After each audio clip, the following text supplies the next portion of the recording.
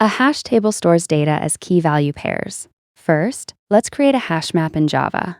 HashMap map =, new HashMap 10. This creates a hash table with a size of 10, having bucket indexes from 0 to 9. Initially, every bucket is null because no data has been inserted yet. Now let's add our first item, map.put1, hat. Before storing the data, the hash map uses a hash function on the key to calculate the bucket index. For this example, we'll use index equal to key modulo size of hash table, which is 10. The key is 1.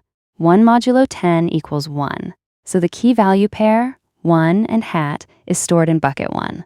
Next, map.put3, ice, 3 modulo 10 equals 3. So it is stored in bucket 3.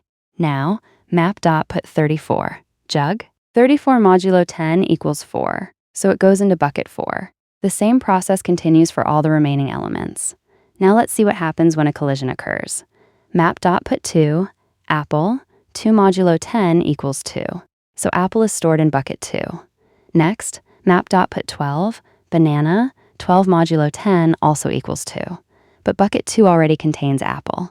This situation is called a collision. Instead of replacing the existing data, the hash map creates a linked list. The bucket points to the first node, apple, and apple points to the next node, banana. Now we insert map.put22, cherry, 22 modulo 10 is again 2. Another collision. So cherry is added to the end of the linked list. Now bucket 2 contains apple, then banana, then cherry. The same thing happens with bucket 7. The keys 7, 17, 27, and 37 all produce index 7.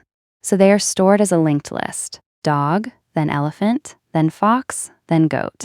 One important thing to remember is that HashMap keys must be unique. For example, let's add another key value pair, map.put2cat. First, the hash function calculates the bucket index, 2% 10 equal to 2. We got index 2. Now, HashMap checks that bucket. It doesn't just look at the bucket index, it also compares the key.